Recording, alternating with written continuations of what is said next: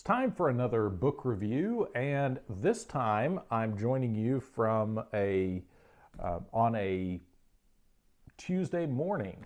Usually I do my book reviews at the end of the day when my brain is kind of done, so we'll see if I do any better. And I feel like it's fitting for this book that I drink from my Area 51 mug.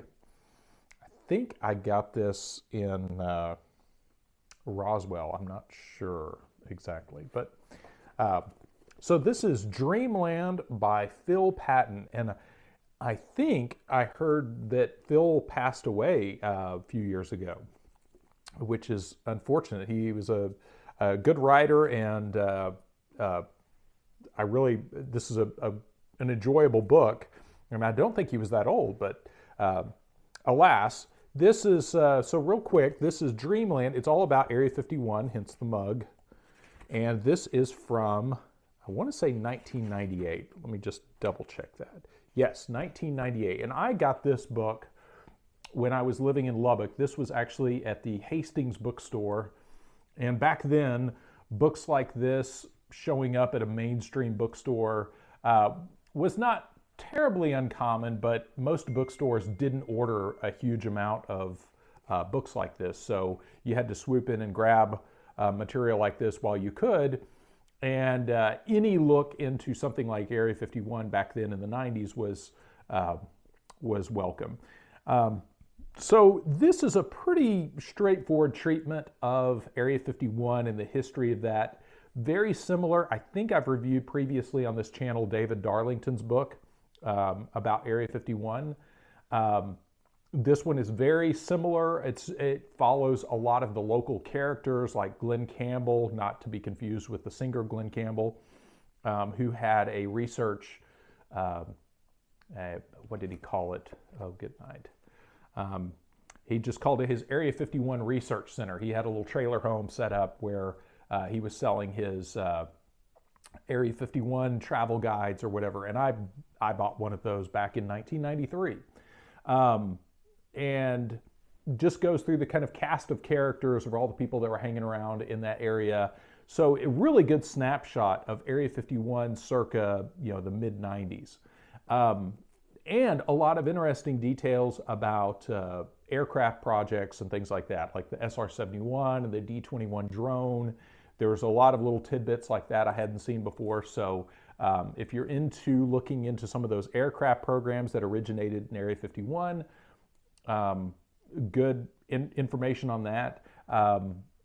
The thing that I thought this crowd would like about this is I stumbled on a very short passage, but it's one of those little things that you wish I would love to run down some of the players in this and ask them about this.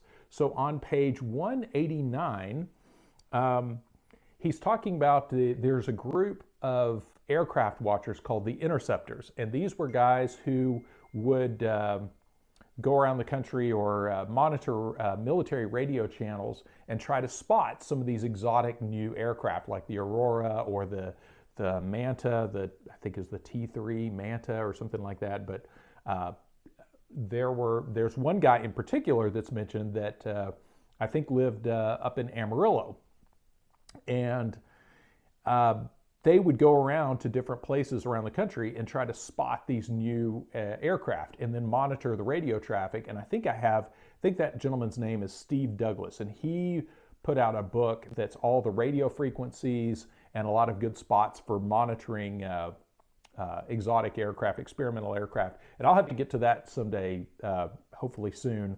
It's a very, very dry reading as far as it's all just radio frequencies, different Air Force bases, where to find them. It's more for those of you that are really serious about spotting secret aircraft. But Steve Douglas is mentioned in here of them going to the Roving Sands exercise in Roswell, New Mexico, at the old Army airfield out there. And this was an exercise involving a lot of new aircraft and that sort of thing. So these guys all went out to that perimeter as civilians to watch this military exercise and try to catch a glimpse of new aircraft being employed in these exercises. And in the course of that, he relays Glenn Campbell, of course, came down from Nevada, and they're watching all this unfold. And these guys are actually talking about them on their radio frequency, so they knew who the security guys knew who these interceptors were by name and were watching for them. So that's a little creepy, especially for back then when you didn't have social media. But I'm just going to read this passage. And Glenn Campbell came down for one edition of Roving Sands, and Steve was stunned to hear the security forces speak of him on the radio. Psycho Spy is here, they said. That was Psycho Spy is what Glenn Campbell, that was kind of his unofficial handle. Psycho Spy is here, they said. Campbell thought it was a joke at first, but it startled and perhaps frightened him. That year, too, a SEAL unit was assigned to patrol the Roswell base perimeter. Steve and the others watched a helicopter drop off several shadowy figures. The strange thing wasn't that they were black, but that they were silent. Steve could hear cars on the road a couple of miles away, but no sound from the helicopter engines. And then he goes on to talk about how funny it was that they ordered a pizza for the security guys that were sitting there in a Humvee just to mess with them. But the thing that, of course, I hope that jumped out to you as well is that he relays that a helicopter, a completely silent helicopter, dropped these SEAL guys off to do security. And of course, this would have been probably around 97, given the date of this book. So I think that's a real important piece of that bigger aircraft puzzle of, I was just watching something the other day about cattle mutilations, and somebody saying that, that somebody had told them that silent helicopters just was impossible. And here we have something to the contrary. And I think a lot of that is noise canceling technology. There's a lot of inventions, a lot of technology that's come out in the last 30, 40 years that, coupled with modern helicopter technology, allows for that. But that, of course, fits into the riddle of the cattle mutilation problem of how are these guys swooping in and doing stuff to cows and getting out without waking everybody up with noisy helicopters. And there's another book I want to get to also that's kind of in the same UFO vein, that talks about the Night Stalkers and their possible role in some of that. And the Night Stalkers are a helicopter group. I forget the proper military parlance for them. I think they're up out of Fort Campbell, Kentucky. Could be wrong in that. But anyway, that I thought was an interesting mention. This isn't a UFO book per se, although it does talk a little bit about UFO lore and that sort of thing.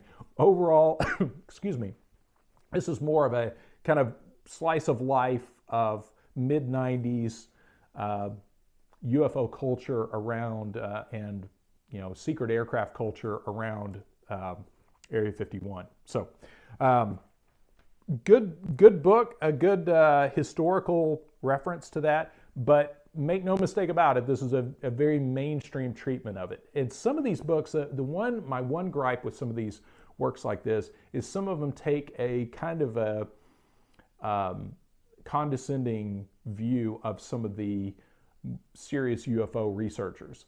And that's unfortunate. There's a few, David Darlington, and I think Patton does it a little bit in this here and there, where it's really kind of a wink, wink, nudge, nudge. We know these guys are nuts kind of thing. And that's unfortunate because there's a lot of these guys that were really respectable and really genuinely searching intellectuals that believed in UFOs. So I think it deserves a little more serious treatment than just pulling these, talking about these guys to laugh at them. So anyway, that's Dreamland by Phil Patton from 1998.